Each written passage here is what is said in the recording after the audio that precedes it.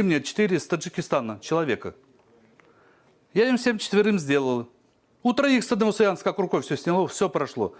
А у другого только хуже стало. Приходит на второй, они с ним пришли. Дядя Юра, у нас все прекрасно, а у него хуже стало. Делаю, снова нет результата.